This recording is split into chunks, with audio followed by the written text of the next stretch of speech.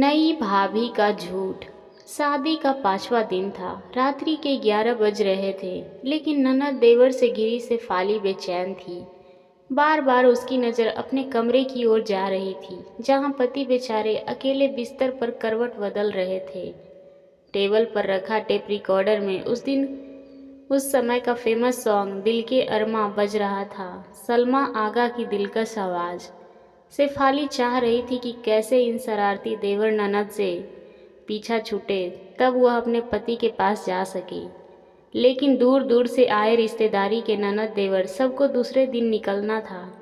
सभी नई भाभी को छोड़ना नहीं चाह रहे थे। अब इन देवर ननद को कौन समझाए दिल की बात। तभी बड़ी ननद आई। सभी छोटे देवर ननद को झिड़कते हुए बोली, रात के 1 बजने को आए, तुम लोग भी सोने जाओ और दुल्हन को भी जाने दो। बड़ी ननद की बातें सुन बड़ी मुश्किल से जमी महफिल छोड़कर सभी सोने चले गए। शेफाली के दिल को जैसे बहुत बड़ी राहत मिली। धड़कते दिल के साथ शर्म की चादर में लिपटी शेफाली अपने कमरे में प्रवेश की। पायल की रुनझुन और चूड़ी की खनखन से सुधीर का आँख खुला। टेप रिकॉर्डर बंद कर सुधीर बोला, ये भाई बहन भी ना बड़े शैतान होते हैं। शेफाली हौले से मुस्कुरा दी। पति के आगोश में होने के बावजूद उसे वह वाकया याद आ गया जब उसके भाई की शादी हुई थी। उस समय भाभी के दिल पर क्या बीत रहा होगा, वह आज शेफाली महसूस कर रही थी।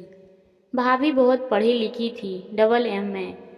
गांव में शायद ही उस समय कोई ग्रेजुएशन कर पाया था। शेफाली का परिवार गांव के सबसे शिक्षित और प्रतिष्ठित परिवार में था। भाई का जॉब एनटीपीसी शक्ति नगर में था। रिश्ते तो बहुत आए थे, मगर कहते हैं जोड़ी आसमान में बनती है। सो बड़े शहर की उच्च शिक्षित लड़की से भाई का जब शादी हुआ तो परिवार, समाज और गांव के लोग सभी भाभी की शिक्षा का भरी प्रशंसा कर रहे थे। भाई सबसे बड़े थे। उनके पीछे अपने 5 भाई बहन के अलावा चचेरे भाई बहन का भी एक बड़ा फौज था। घर के पहले और वो भी बड़े बेटे की शादी थी तो रिश्तेदार भी बहुत जमकर आए थे। उस समय मर्यादा और लाज लिहाज भी बहुत होता था। औरत मर्द, बेटा बेटी, सास ससुर, बहू दामाद सभी मर्यादा का पालन करते थे।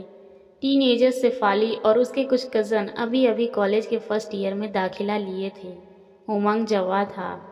घर में पहला शादी हुआ था, वो भी बड़े भाई का। प्यारी सी नई भाभी का घर में आते ही सबको भाई बहन के रूप में जैसे एक खूबसूरत तोहफा मिल गया था। भाभी से गप लड़ाते हुए बहुत सी अच्छी बातें जहाँ जानने को मिल रही थी, वहीं हंसी मजाक भी चल रहा था। माहौल खुशनुमा था, खुशियों से भरा। उस समय गांव में बिजली की आपूर्ति ढंग से नहीं होती थी। गर्मी था, चांदनी रात। सभी मिलकर भाभी को घेर कर मस्ती भरी बातों में डूबे थे।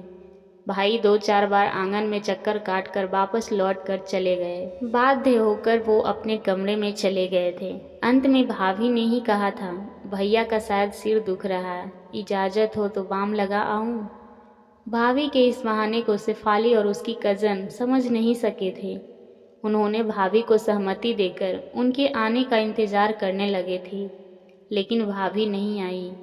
अंत में माँ जब आंगन में आई तो सबको जगह दे सोने जाने को कही थी। भाभी का वह झूठ उस समय वे समझ नहीं पाए थे। पिया मिलन में बाधक छोटे छोटे देवर ननद प्रिय होने के बावजूद उस समय भाभी को भा नहीं रहे थे।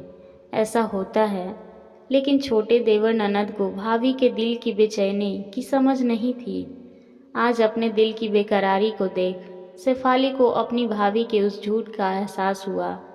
भाभी का झूठ सचमुच बहुत प्यारा था। आशा करती हूँ आपको ये कहानी पसंद आई होगी। इस कहानी पर आपकी क्या राय है हमें कमेंट करके ज़रूर बताएं।